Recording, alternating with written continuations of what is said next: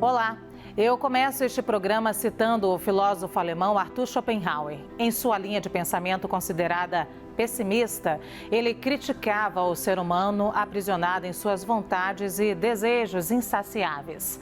Mas é de Schopenhauer uma frase em tons poéticos para definir a arte. Ele diz assim, abre aspas, a arte é uma flor nascida no caminho da nossa vida e que se desenvolve para suavizá-la. Um pensamento poderoso para os tempos de hoje, não é mesmo?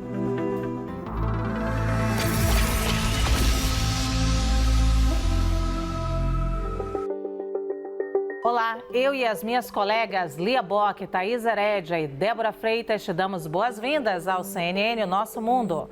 O nosso programa de hoje fala sobre o poder da arte para superar tempos de crise. Por isso, nosso convidado é especial. Um artista plástico capaz de mudar o nosso olhar, de transformar o indesejável em arte. Sua matéria-prima vai do chocolate ao lixo e ele avisa. O verdadeiro material do artista são experiências, são vidas. Usando diferentes técnicas, ele nos faz refletir sobre o futuro que queremos. No CNN Nosso Mundo, Vicky Muniz. Vicky Muniz, muito bem-vindo aqui ao CNN Nosso Mundo. Obrigado, muito honrado de estar com vocês.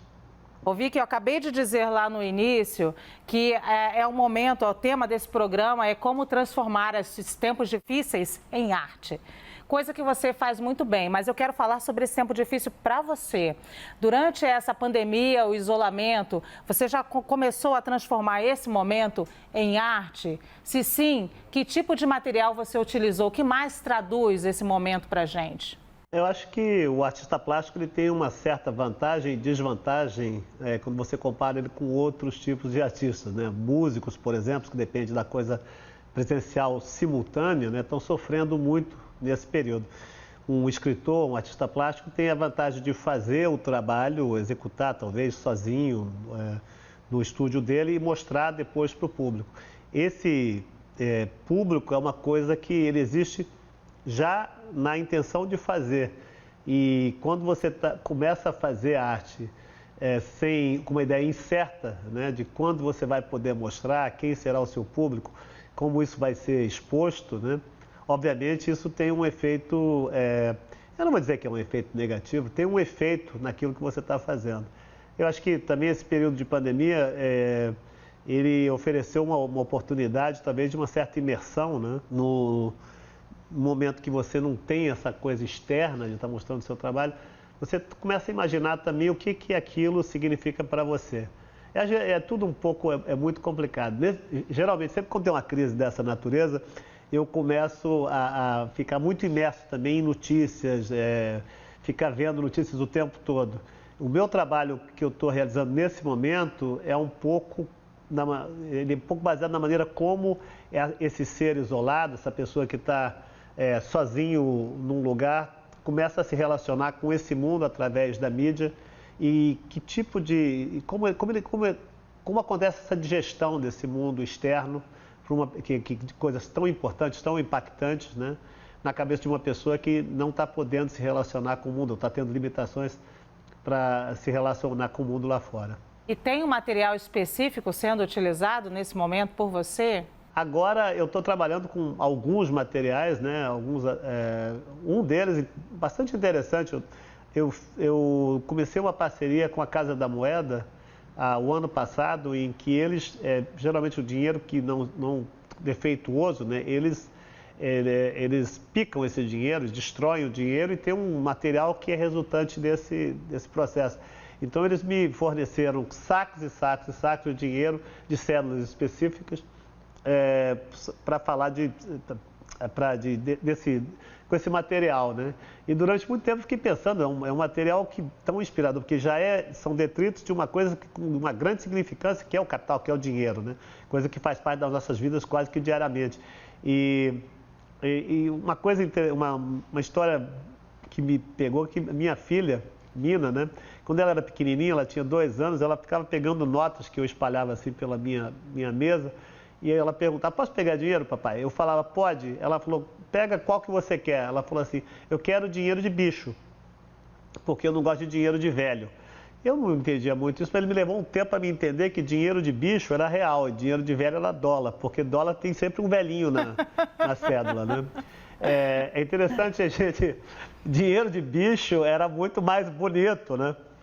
E aí eu fiquei pensando nisso, né? No momento que a gente está tendo o Pantanal, a Amazônia tão degradada, eu tive a oportunidade de sobrevoar o Xingu, por exemplo, durante aqueles incêndios um ano e meio atrás, e aquilo me impactou muito, a coisa de que esses animais que estavam sendo sacrificados por dinheiro, né? E, ironicamente, nós temos cédulas que ostentam animais nelas. E isso me deu a ideia de começar a refazer os próprios animais, né, a partir de pedaços das células que não existem mais.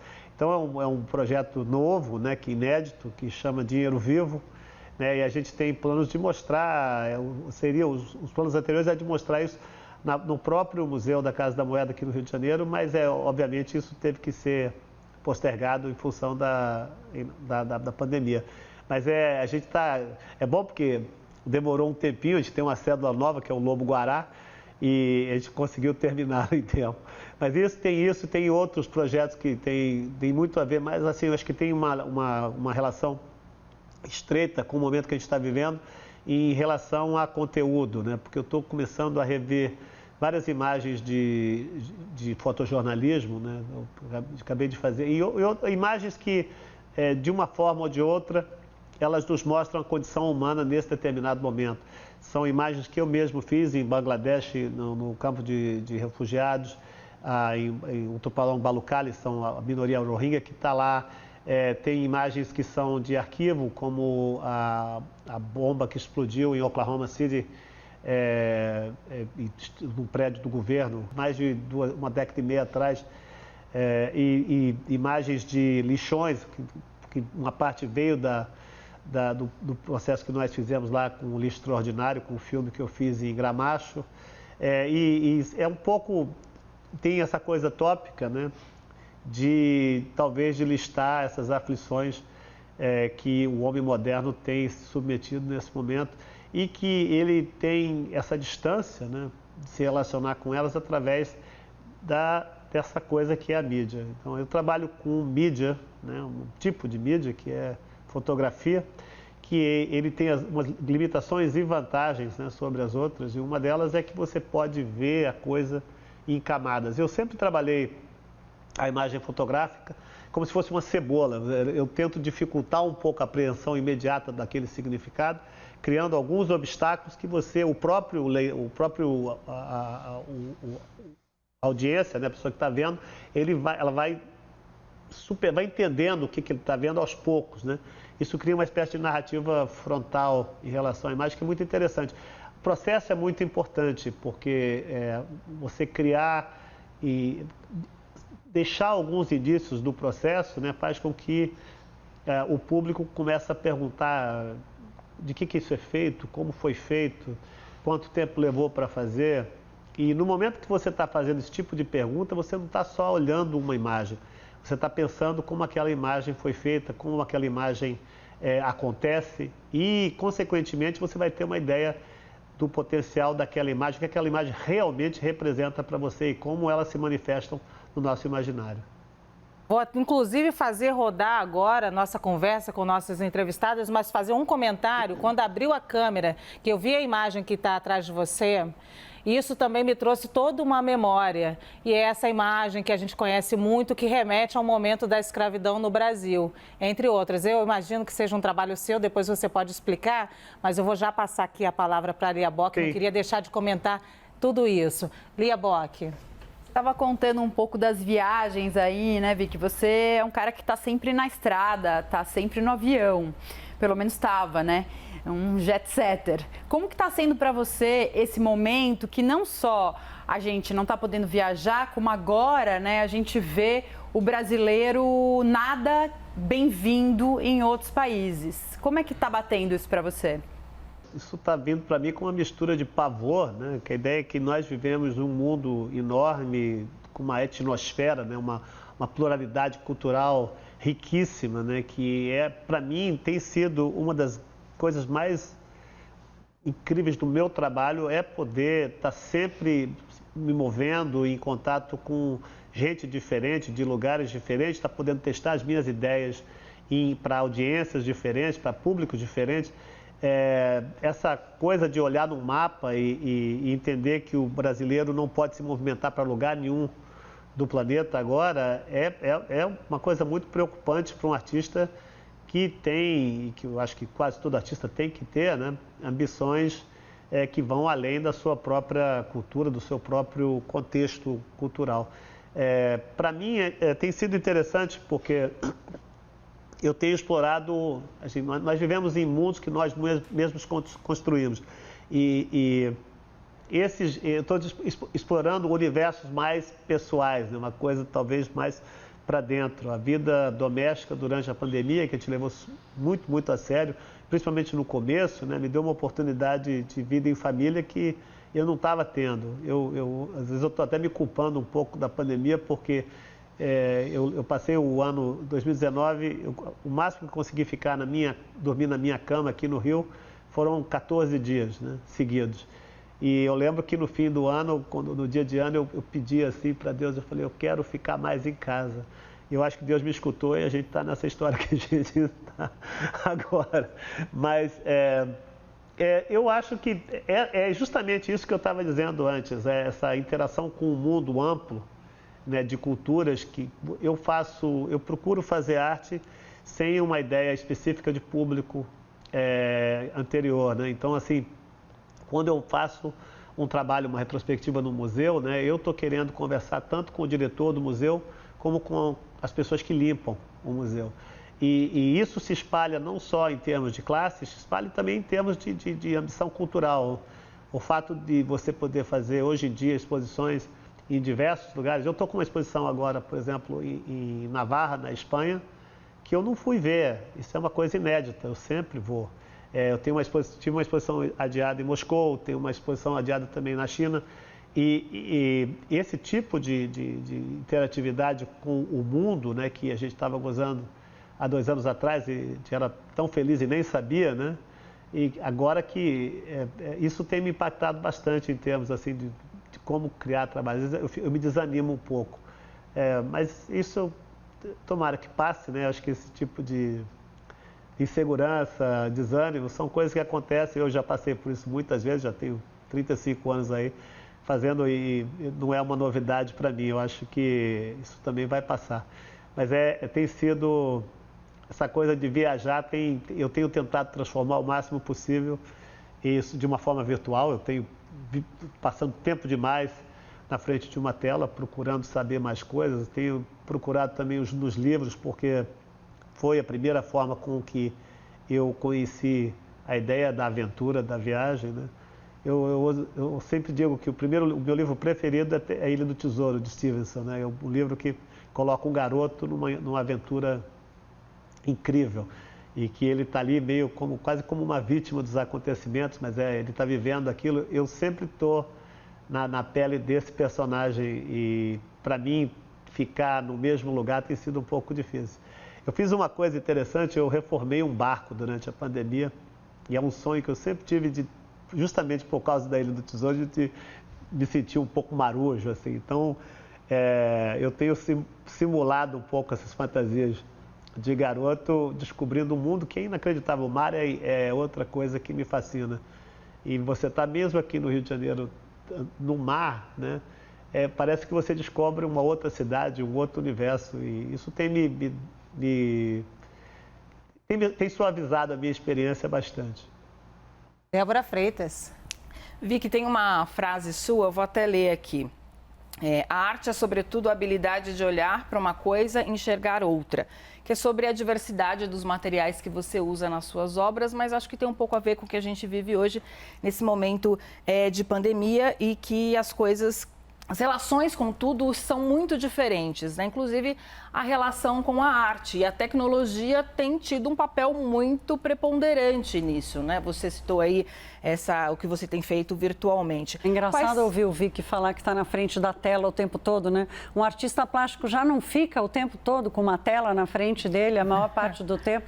A diferença é que agora é uma tela digital, né? Exatamente. Me meti na pergunta da Débora aqui. Mas exatamente, na verdade complementou, porque a pergunta era exatamente essa. Quais são as consequências disso, dessa nova relação que a gente criou com a arte, tanto para o bem quanto para o mal, considerando o papel da tecnologia? Eu tenho essa frase também, né, que a gente esquece que no momento onde você tem essa capacidade de estar em todos os lugares simultaneamente, você tem video surveillance, você tem, parece que a gente tem uma penetração da nossa consciência que consegue atravessar todo tipo de barreira tangível, né? E é justamente nesse momento que a gente deve imaginar que aquele que vê através de tudo, ele é talvez tão cego quanto aquele que não consegue ver através de nada, né? A ideia de uma transparência geral, ela causa o mesmo tipo de cegueira. Eu tento, essa tela que o artista geralmente está na frente dele, é uma tela onde ele está querendo colocar o mundo que a imaginação dele traduz para essa tela. Essa tela que eu tenho estado na frente, talvez em demasia, é uma tela que está me colocando o mundo dentro da minha consciência, né? E às vezes, fico imaginando a sorte que eu tenho de não ter convivido com essa tecnologia desde os primeiros momentos da minha carreira. Eu sou talvez um testemunho da transição, né? De uma forma de fazer coisas e criar coisas mais analógica, né? E como isso se transformou na maneira como a gente está fazendo arte ou entendendo o mundo hoje em dia. E talvez isso seja uma coisa importante, você ter vivido nesses dois mundos para poder talvez criar um sistema de significação, né, entre essas duas coisas. A gente vive minha avó me falava isso desde pequenininho, né, que existem dois mundos, né? Um mundo que existe é o mundo das coisas físicas, das coisas que existem, que você pode tocar, esse mundo físico que nós estamos dentro dele, e o mundo que existe dentro das nossas mentes, né? E a arte tem muito a ver em trabalhar uma espécie de interface entre esses dois mundos. Se você for pensar, a nossa consciência é justamente essa membrana muito fina, muito etérea, que existe entre as coisas e a maneira como nós as percebemos. O mundo da arte, o universo do artista, ele existe dentro dessa membrana tão fina, é a nossa área de atuação. E é muito interessante imaginar que essas ferramentas que os artistas criaram para ajudar as pessoas a se relacionar com o mundo das coisas reais, né, elas estão sendo produzidas desde o período paleolítico. A arte é a evolução dessa interface entre a mente e a matéria, entre a consciência e o fenômeno. E a gente tem, desde o começo da pintura rupestre, a escultura, e a gente chega num momento, né, essa parede grossa de ignorância que separava o homem das coisas, do conhecimento, ela foi se afinando, ela foi sendo polida, que a gente chega a um momento da história que a gente tem a fotografia, a fotografia analógica, né, a fotografia material, a invenção da fotografia no século XIX, 1830. Isso eu acho que é uma ferramenta incrível, porque ela possui características da parte da mente, né, da parte do intelecto, ela faz você sentir coisas, lembrar de coisas, pensar em coisas, mas ela ainda é um objeto, ela tem características materiais, físicas e químicas, né? E isso eu acho que talvez esse tipo de fotografia, para mim, ainda é a melhor ferramenta para você conversar entre a mente e a matéria. O que aconteceu nos últimos anos, que a tecnologia poderosa, ou tecnologias muito, muito poderosas e eficazes, chegaram nessa membrana fina que separava da mente a mente e a matéria, e parece que com um alfinete fizeram pup, e com a imagem digital desapareceu um pouco a distinção entre as coisas materiais e físicas, e nos colocou talvez numa espécie de niilismo em relação à verdade, ao que a gente está vivendo hoje. Eu lembro de dar curso de fotografia 20 anos atrás, numa universidade americana, e uma das pautas mais importantes desse curso era justamente a mudança da relação com a realidade que tecnologias como Photoshop, como Corel, eles iam fomentar no futuro, né? Eu não gosto de ficar falando eu disse, era um profeta da época, mas era quase que uma coisa óbvia. Se naquela época as pessoas começavam a mudar o formato do rosto, mexer na própria fisionomia do perfil de mídia social, como que essa pessoa vai estar se vendo, né, em 60 anos, em 70 anos, ela vai ter a mesma cara? Qual é a relação de identidade que ela vai ter com aquela época em que ela tinha que ter aquela cara, né? Se isso já é uma coisa meio estranha num processo tão pessoal, imagina o que isso pode acarretar, né, quando você fala de fotojornalismo, de fotografias que têm um impacto muito mais amplo, numa escala muito maior. A gente está vivendo um déficit terrível, né, com a realidade, que eu acho que também é um processo de adaptação para a velocidade com que essas novas mídias foram se desenvolvendo. Eu acho que o homem tem essa relação de sempre estar correndo atrás de novas versões do que pode ser uma realidade. E a gente acho que já começa a ver, depois de alguns anos, algumas táticas de adaptação, de criar um contexto de realidade dentro do mundo virtual. Blockchain, por exemplo, é uma delas. Thaís Herédia. Vicky, quero voltar sobre o projeto com a Casa da Moeda, que certamente foi inspirado pensando nos animais e na preservação dessa riqueza que a gente tem, mas ao final da pandemia, você fazer uma obra com dinheiro picado, em que a pobreza vai aumentar, né? Hoje a gente está discutindo como não deixar pessoas passarem fome, juntando um punhadinho desse dinheiro que foi picado, daria para alimentar certamente muitas famílias. E aí eu queria um pouco ouvir a sua interpretação sobre esse momento. Se cabe a história da pobreza junto da história da preservação da natureza com o dinheiro do bicho. Antes de tudo, deixa eu explicar, isso não é dinheiro picado. Eu sei, não. Eu sei que é dinheiro que não vale mais. Tem que ter um sistema de validação. Isso, eu sei. É sobra de papel e tudo, eu sei. Na verdade, mas é papel moeda de alguma forma, na verdade, né? Exatamente, Na verdade, eu acho que o que esse material pode vir a inspirar, eu também tenho que explicar que, como artista, a gente trabalha de uma forma muito empírica. Nem sempre a gente é dono das reações de todas as pessoas, que o mais interessante é realmente perceber a variedade de percepções sobre uma mesma imagem, sobre o mesmo objeto, né? Eu acredito que, a minha intenção, né, sempre foi a de mostrar dentro de uma imagem algum aspecto de materialidade. Dinheiro é uma espécie de mídia também, né? É uma coisa, ele serve para comunicar coisas. E quando você reconhece o dinheiro, mas não como o papel moeda, não como na integridade que ele existe para exercer a função de dinheiro, e sim como uma espécie de material, esse material volta à ordem natural das coisas, que é a ordem daquilo ali virar provavelmente hummus, ou virar comida de algum bicho, ou voltar a fazer parte do mundo natural, como tudo que existe está fadado a voltar, né? A questão da pobreza, né, em relação a dinheiro, ela não é em relação especificamente àquele material, né, e mais ao que ele significa. Eu tenho muita atenção em relação a isso, e a razão pela qual eu voltei para o Brasil, voltei a vir com mais frequência, inclusive, né, que eu morei 30 anos nos Estados Unidos e gradualmente eu comecei a ficar mais aqui. Hoje eu moro mais no Rio de Janeiro. Foi justamente o fato de eu ter nascido de uma família muito pobre e ter passado todo tipo de necessidade, né, não conseguir lidar com a ideia da arte, de ser um artista contemporâneo, talvez de um certo sucesso, que estava vivendo disso, e voltar para o Brasil e lidar com essas duas coisas. Eu só consegui voltar para o Brasil quando eu consegui encontrar válvulas de maneiras em que o meu trabalho pudesse comunicar com com a realidade social do que o país vem enfrentando há décadas, né?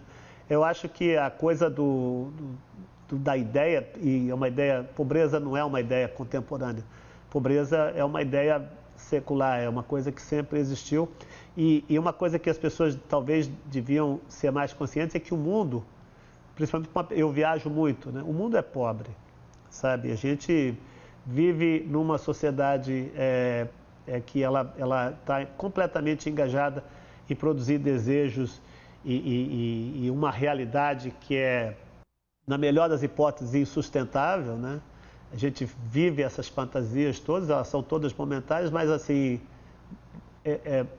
a realidade do mundo hoje em dia, ela é do fato que a maioria das pessoas vivem com muito menos do que elas precisam para viver. E esse mundo é pobre por causa de diferença, por causa de ganância, por causa desses fluxos de capital, né, que atingem uns e não atingem os outros, né? E isso, a ideia de igualdade é uma coisa que talvez ela tenha melhorado, né, através dos séculos. Eu também detesto a ideia que a gente está vivendo no fim do mundo, essa coisa distópica. Não, a gente está vivendo talvez no melhor dos mundos possíveis, né? Você, como Voltaire, você Panglócia, né? Vou falar como... Mas eu ainda acredito que essa consciência ainda tem muito caminho para andar. No caso dessas obras feitas com dinheiro picado, a ideia que a gente imagina do dinheiro, transformar aquela ideia, mesmo que momentaneamente, é talvez uma das minhas intenções. É você ver dinheiro como uma outra coisa, como material, como algo que deixa de estar entre o desejo e a coisa e está mais para o lado da coisa, né? Talvez isso possa vir a gerar um pouco mais de consciência em relação àquilo que aquele dinheiro está representando logo no começo, aquele bicho que está ali estampado. Ô Vicky, você disse aí o mundo é pobre, mas a gente vive numa situação, na verdade, de desigualdade, falando do Brasil, uma desigualdade gigantesca. E aí você tem esse trabalho do lixo extraordinário, foi feito no lixão de Gramacho, no bairro Jardim Gramacho, lá em Caxias. O lixão já acabou há algum tempo com a promessa de revitalização do bairro. Você tem notícias do bairro? As notícias que nós temos é de extrema pobreza naquele local e naquele momento. Então, eu queria que você me dissesse um pouquinho como você tem acompanhado as notícias que já eram difíceis, de que você conhecia, de extrema pobreza lá em Jardim Gramacho, do lixo extraordinário, do teu documentário, e de que agora a gente vai ter o aumento da pobreza depois da pandemia. Você tem notícias de lá? Olha, eu tenho poucas notícias, né? Eu ainda converso muito com o Tião, ele ainda é o portador de tudo que está acontecendo lá, mas as outras pessoas, outros personagens que fizeram parte eu perdi o contato com o tempo. É interessante essa coisa eu descobri, né, através de muito tempo trabalhando como artista plástico, que você transforma coisas em outras coisas, mas também você transforma coisas em capital, você transforma coisas em valor. E às vezes você criando projetos e que envolvem outras pessoas, você pode ser o agente que possa ajudar essas outras pessoas a transformar coisas em valor, né? Essa é a história do lixo extraordinário, né? Desse filme que foi indicado para o Oscar e agora está até na Netflix. E essa é uma história muito interessante, porque na época eu me senti extremamente... Essa coisa do artista trabalhar como um alquimista, né?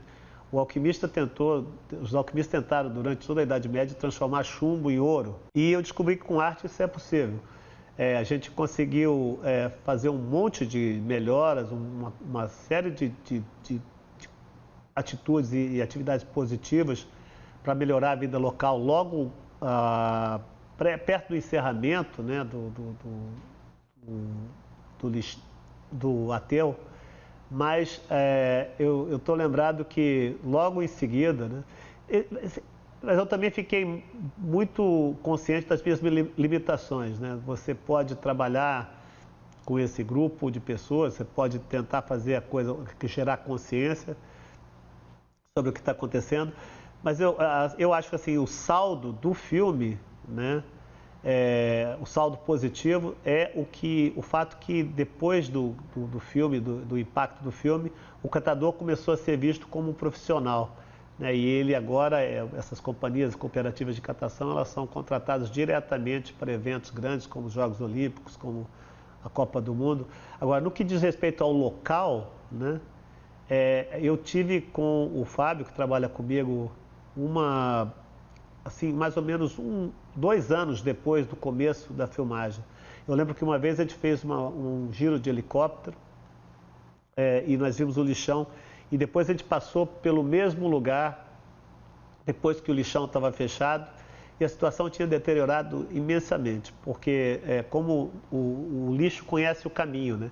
Os caminhões que estavam levando lixo ilegalmente continuavam levando, que ao invés de ser soterrado, ter uma engenharia ali de manutenção do lixo, ele passou a ser queimado. Então você tem um lixão que é no município vizinho ao Rio de Janeiro, que faz essas queimadas de lixo imensas, muito próximas ao aeroporto, que diminui de visibilidade, aumenta o número de aves e uma série de outros perigos, né? E uma sociedade descontrolada que está vivendo daquele lixo ali. Aquela é uma situação, ela fica cada vez pior e ela não depende só, na época a gente tentou até conversar com as autoridades legais, ver o que poderia ser feito de melhora, mas é um outro município, não é o Rio de Janeiro, a gente não tinha muita experiência também nisso e a gente não conseguiu fazer muito nesse sentido. É triste, sabe, para você viver alguns momentos que você sente que você pode criar mudanças incríveis e depois ver que essas mudanças, muitas vezes elas são de uma escala que elas não dependem muito da sua boa vontade nem da sua ambição. Lia. Vicky, do lado da chácara dos meus pais, moram vizinhos que são roceiros, né? Gente muito simples. E um dos filhos desses roceiros, ele desenhava muito bem mesmo, bem acima da média. E o meu pai tentou ajudá-lo para que ele entrasse num curso, para que ele, né, saísse dali, fosse mesmo trabalhar com desenho. E tentou bastante, mas não conseguiram. Ele acabou indo trabalhar numa fábrica por necessidade. E a gente sabe que você é um cara que vem de uma origem muito humilde, né?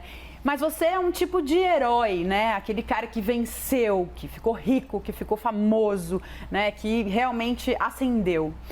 A minha pergunta não dá para viver de Vicky Muniz, esperar que pipoquem um monte de Vicky Muniz no Brasil, né? O que a gente precisa fazer para que jovens pobres, todos eles, tenham mais oportunidade e consigam chegar em algum lugar que não seja igual ao seu, mas pelo menos que consigam uma vida melhor para si e para sua família? Bom, eu tenho talvez uma história que ela tem uma raridade que envolve ela.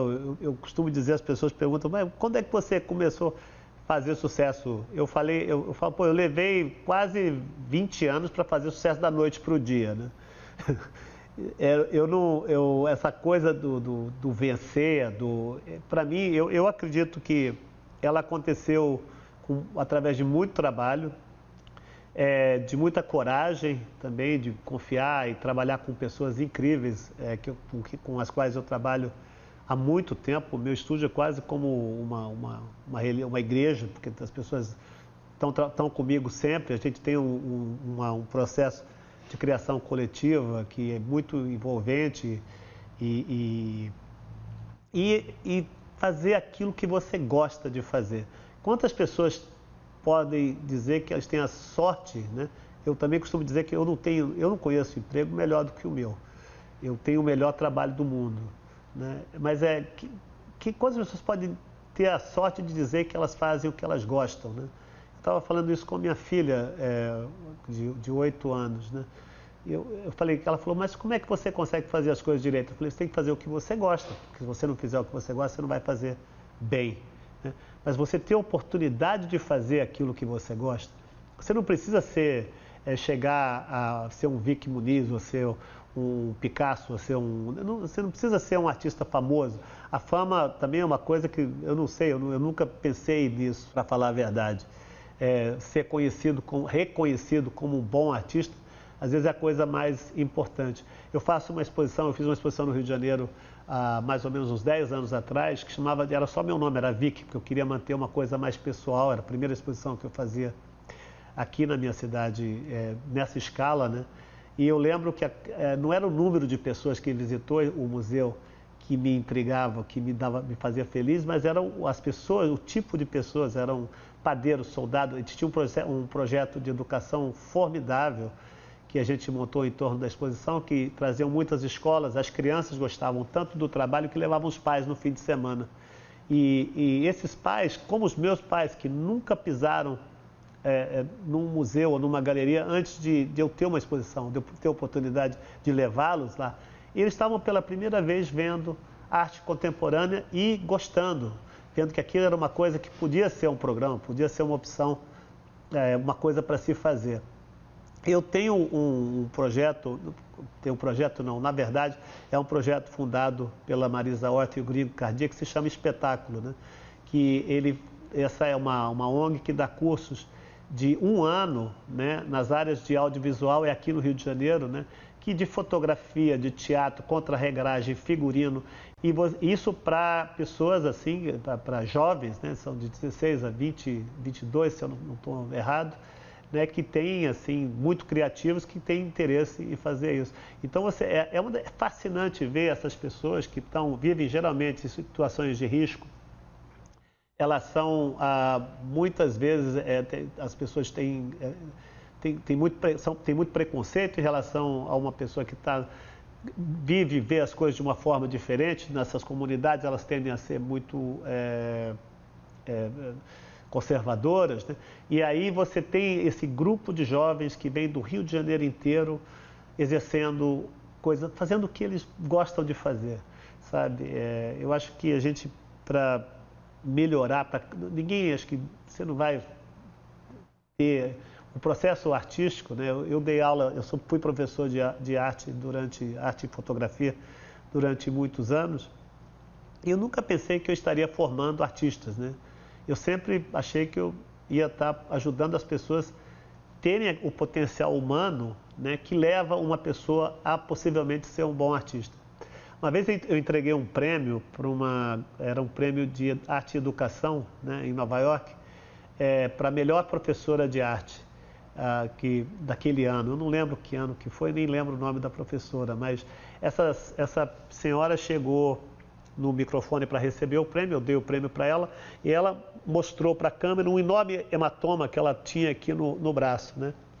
E ela falou assim: olha, eu dou aula de arte há 35 anos, eu nunca formei nenhum Picasso, nenhum Salvador Dalí, nenhum artista de nome, né? Mas eu formei bons policiais, eu formei bons advogados, eu formei bons pais, boas pessoas, né? E eu tenho certeza que se eu tivesse dado aula de arte para a enfermeira que tirou sangue de mim hoje de manhã, eu não ia estar com esse hematoma aqui hoje. Aquilo foi lindo ouvir aquilo, porque arte antes de tudo, né, eu ouvi você falar de Schopenhauer, né, que a arte serve para suavizar a vida. Eu não acredito que sirva para suavizar a vida, mas eu acredito que seja para você ter a oportunidade de olhar, observar a vida, né? É uma coisa que a gente não para pensar. Se você põe uma escultura no meio de uma calçada, no mínimo que aquilo vai fazer, por pior que seja, é fazer você sair daquela calçada e olhar o lugar por onde você anda o tempo todo sem perceber que você anda por ali. A arte humaniza, a arte faz com que as pessoas encontrem um lugar onde elas se possam ver como pessoas, né? Talvez a melhor crítica que eu já ouvi sobre o meu trabalho, a melhor coisa que eu já ouvi sobre o meu trabalho, eu ouvi de uma pessoa de um balcão de uma companhia aérea. Foi justamente na época que eu fiz essa exposição aqui no Rio de Janeiro. Eu cheguei no balcão para viajar e a pessoa olhou para mim e falou: você é o Vic, né? Eu falei: sou. Ela falou: eu tenho uma história para te contar muito importante para mim. Eu falei: o que é? Ela falou: olha, eu trabalhei durante anos aqui na companhia aérea, eu era atendente de voo e você sabe, com os horários e tudo, eu tive muitos problemas familiares, né? E o que fez com que eu acabasse a minha relação com o meu ex-marido e, consequentemente, com a minha filha, que eu sabe, eu tive sempre muitos problemas com ela. Ela foi morar com meu ex-marido. Para isso, para uma mãe, era uma coisa difícil, mas era o meu trabalho, eu tinha que fazer.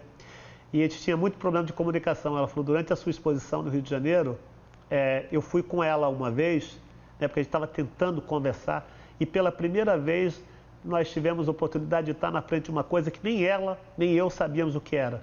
E a gente, era uma coisa fora de nós, que nós tivemos a oportunidade de falar abertamente, sem nenhum tipo de autoridade, uma sobre a outra, e tivemos, depois de muito tempo, um diálogo de verdade.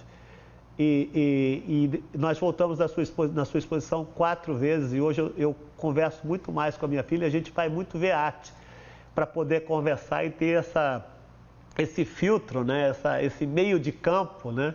Para a gente não poder conversar sem colocar as coisas da maneira como pessoal, como elas nos afligem. A gente conversa fora de nós mesmos. Quando ela falou isso, eu e ela começamos a chorar, porque eu falei, essa é a coisa mais linda que eu já escutei sobre uma obra de arte. A ideia é que ela pode criar um espaço, né, para as pessoas serem dentro dela, independente do que elas são. A experiência da arte contemporânea, ela não deve ser um privilégio de algumas pessoas. Ela tem que ser, eu acho que ela tem que ser um direito, né? E a ideia de galerias e museus de arte, as pessoas falam, a arte tem que sair desse cubo branco, né? Eu acho que o cubo branco é um excelente experimento para você ver um objeto ou entender o que você está olhando, né? Eu acho que o problema é que, de desigualdade, os cubos brancos, eles são construídos em locais muito específicos. Eles têm uma estética, uma arquitetura muito exclusiva, né?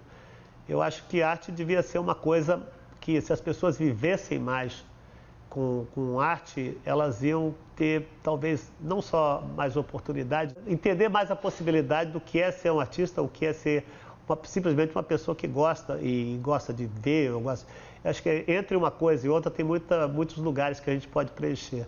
Emocionante. Thaís Herédia. Chorou o Vicky Muniz e quase choram nós 4 aqui juntos. Exatamente. Vou deixar uma pergunta provocação, que é uma pergunta que a gente repete muito aqui para os nossos entrevistados.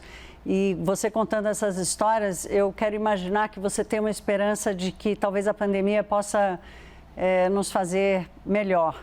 Essa é uma pergunta muito difícil, né? Porque eu tenho me surpreendido muito em relação às pessoas. As pessoas não estão se importando com uma situação que pode ser perigosa para uma pessoa mais velha, uma pessoa que tem menos saúde, ou a pessoa que trabalha na sua casa, né? E pior ainda, que eu fico imaginando, são esses profissionais de saúde que estão há meses, muitos deles longe da família para evitar contágio.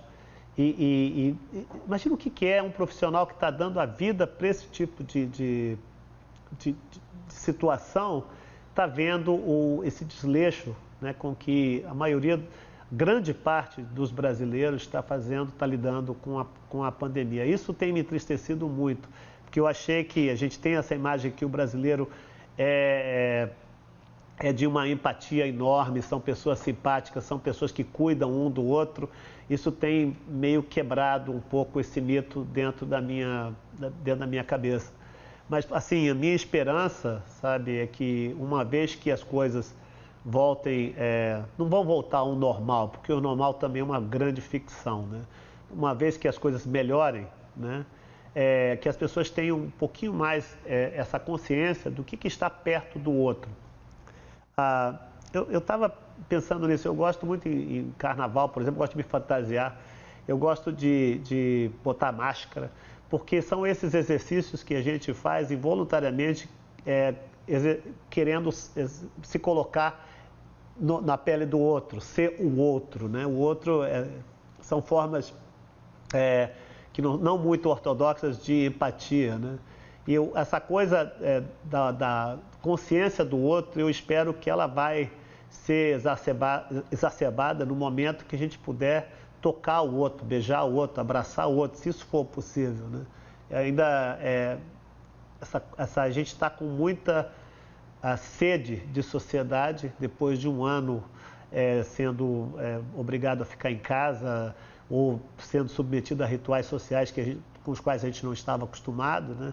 Mas eu tenho certeza que talvez seja isso que tenha feito essas pessoas saírem no dia do campeonato do Flamengo e fazer aquela algazarra toda, estar junto sem máscara, né? Mas eu acho que quando isso voltar, vai dar uma consciência maior da importância que é estar fisicamente na presença do outro e o que o outro representa. Débora Freitas.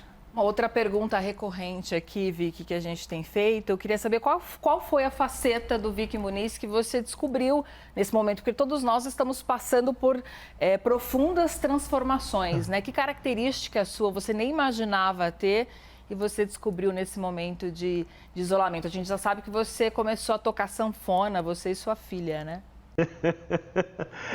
Eu tento, mas uma das coisas que eu descobri nessa pandemia é que eu não sei tocar sanfona. Eu tentei, mas não consigo, né? E sanfona não é uma coisa assim que nem você aprender a escrever, fazer pão, né? Que se sai o pão ruim, você joga no lixo. Se você toca sanfona ruim, você já irritou a tua família inteira e não tem como reverter esse processo. Então você... se tem uma coisa que eu descobri, é que eu sou muito mais paciente com as coisas que estão além do meu controle do que eu imaginava ser. Sabe, eu achava que eu sempre tenho essa coisa de querer ter um impacto, querer mudar as coisas, estar presente em todas as coisas e sempre estar, eu não sei, deve ser coisa de filho único, está acostumado a brincar sozinho e controlar a situação inteira. Eu não sou uma pessoa que tem muita sede de controle, mas eu tenho sede eu tenho muita vontade de participação, sabe? De colocar a minha marca nas coisas e ver como o que eu fiz pode mudar ou não uma situação. E eu descobri que nessa situação de passividade em que eu fui forçado a estar, né? Eu me vi muito mais paciente. Talvez seja uma coisa de idade também, né? Mas eu vi que eu tenho muito mais paciência com as coisas do que eu imaginava ter. Lia Bock. Eu quero falar sobre política. Eu já vi você contar que você não era um cara muito politizado e que até se incomodava, que te cobravam isso quando você era mais jovem, de que você se politizasse. Mas em 2016 você se posicionou a favor do impeachment da presidente Dilma. E em 2018 você também se posicionou com uma bandeira ele não contra o candidato na época, Bolsonaro. O Brasil te obrigou a se politizar? Não, primeiro deixa eu retificar uma coisa. Eu postei uma foto, né, no meu Instagram de um protesto a favor do impeachment, né? E eu disse na minha legenda que aquilo era uma coisa triste. Eu acho que aquilo foi lido completamente errado, porque é triste um impeachment de qualquer governo. Eu sou uma pessoa que acredita em democracia, entendeu? Ver um protesto em favor de um impeachment, eu achei aquilo triste. E aquilo foi interpretado como se eu fosse a favor do impeachment. Eu, para te ser franco, não era nem contra nem a favor. Desse tipo de coisa das quais a minha consciência política não estava... Eu não conseguia entender aquilo, a complexidade daquilo para ter uma opinião formada.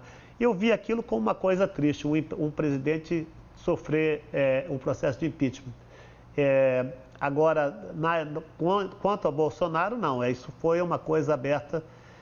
Minha filha, que na época tinha 14 anos, ela pediu para mim acompanhá-lo no protesto em Nova York contra a eleição do presidente Bolsonaro. E eu a acompanhei. Vicky, eu gostaria de te ouvir, pelo menos sobre duas coisas. A gente está chegando agora ao fim do programa. Uma é sobre meio ambiente. Você sabe que você trabalhou com materiais recicláveis, você trabalha com materiais recicláveis, você trabalhou com catadores. Recentemente, a gente teve a divulgação do PIB, que mostrou, inclusive, provou que o agronegócio é muito forte no Brasil. A gente é um país de commodity, ele segurou ali boa parte do PIB. Então, a gente vive trabalhando nesse meio, né? É complicado complicado, porque a gente também sabe que os catadores são cooperativas de meio ambiente que salvam a floresta, que salvam boa parte da nossa natureza na Baía de Guanabara, o lixo da Baía de Guanabara. Queria te ouvir sobre isso, sobre o meio ambiente, sobre essa importância desses pequenos agricultores, dos catadores e dessas cooperativas, mas também queria te ouvir um pouquinho sobre a forma que você se apresenta lá no Lixo Extraordinário, quando você diz que é um homem que vende obras, talvez seja o artista que mais venda no mundo brasileiro, mas que você gostaria de trazer de volta, de devolver ao Brasil alguma coisa. O que você sonha em devolver ao Brasil, Vicky Muniz? Eu acho que quando eu disse isso no Lixo Extraordinário 10 anos atrás, tenha sido de uma forma talvez muito simplista, né? Eu tenho descoberto, depois daquela experiência, formas de lidar com crises, sejam elas grandes ou pequenas, né? Que estejam em sintonia com a maneira como eu trabalho. Eu vou te dar um exemplo. Aqui tem uma creche que funciona aqui, a Casa Santo Inês, né, que estava para fechar uns 2, 3 anos atrás. Me procuraram para ver se eu podia ajudar. Eu fiz uma exposição dentro da creche e com o dinheiro das vendas a gente conseguiu salvar o programa da creche que atende Rocinha, o Parque da Cidade e a favela do Vidigal, várias favelas locais, né? Quando teve o incêndio do Museu Nacional, por exemplo, né, eu e a minha equipe, a gente procurou o pessoal do museu e a gente conseguiu ajudar com parte da venda das obras, o esforço de resgate, sabe, daquilo que sobrou daquele incêndio terrível, porque era um lugar que eu amava muito. Então, assim, eu estou sempre vendo coisas que me incomodam, né, e a minha forma de agir em relação a elas, de propor projetos e programas e processos, né, que venham a causar pelo menos uma melhora naquilo que estava acontecendo. Eu acho que, até para responder a pergunta anterior, né, a relação do artista com o mundo, ela se expande através da maneira como ele explora maneiras não só de mostrar o que ele está fazendo para um público, mas também interagir com o mundo e incluir o público em processos que são, das quais eles até dependam, né? Nesse caso, eu vejo que o papel do artista, né, esse de criar esses modelos de interação com o mundo, criar maneiras pelas quais a mente possa se relacionar com as coisas, eles já são um ato extremamente político, né? Você está mudando a maneira ou ampliando os horizontes das pessoas em relação à maneira como elas estão olhando o universo que a cerca. Então, assim, eu lembro que quando eu era garoto, existia quase uma pressão para o pessoal lia Marx, né, e eu lia McLuhan. Eu estava mais interessado nos processos de como eu absorvia a realidade no meu entorno do que em ideologias já feitas, já montadas. E isso, na verdade, eu fui, com o passar do tempo, me tornando cada vez mais e mais alérgico a ideologias, né? Eu acho que a verdade, ela não é branca, não é preta, ela é sempre cinza.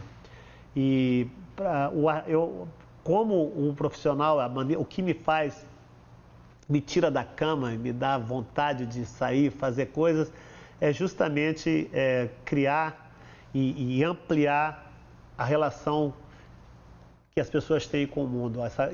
Como esse mundo mental que existe dentro delas, né, pode se tornar maior através de ferramentas e através de processos com os quais eles podem se relacionar com essas coisas físicas e às vezes até de uma certa pobreza, né, perceptual. Vicky Muniz, muito obrigada pela participação aqui nesse programa. Eu não queria encerrar sem antes você tirar uma curiosidade minha, muito rapidamente, porque já acabou o nosso tempo. Esse quadro atrás de você, feito de quê, Vicky Muniz? Ele é feito de pedaços de papel pintado e ele é feito em várias e várias e várias camadas. Essa é a foto de uma mulher feita no século XIX por Henshaw e é interessante que ela é uma foto que veio a simbolizar um número imenso de heroínas negras, né? Quase uma imagem genérica de uma mulher muito forte. E esse olhar penetrante é uma das fotos que eu mais gosto, mais admiro do século XIX e por isso eu refiz. Obrigada, então, por esse convite e trazê-la para essa entrevista aqui com a gente. Muito obrigada, Vicky Muniz, pela participação aqui no CNN Obrigado Nosso a vocês. Mundo. O nosso programa com o artista plástico Vicky Muniz está disponível na íntegra no site cnnbrasil.com.br e também no nosso canal no YouTube. CNN, a maior do mundo, líder em independência.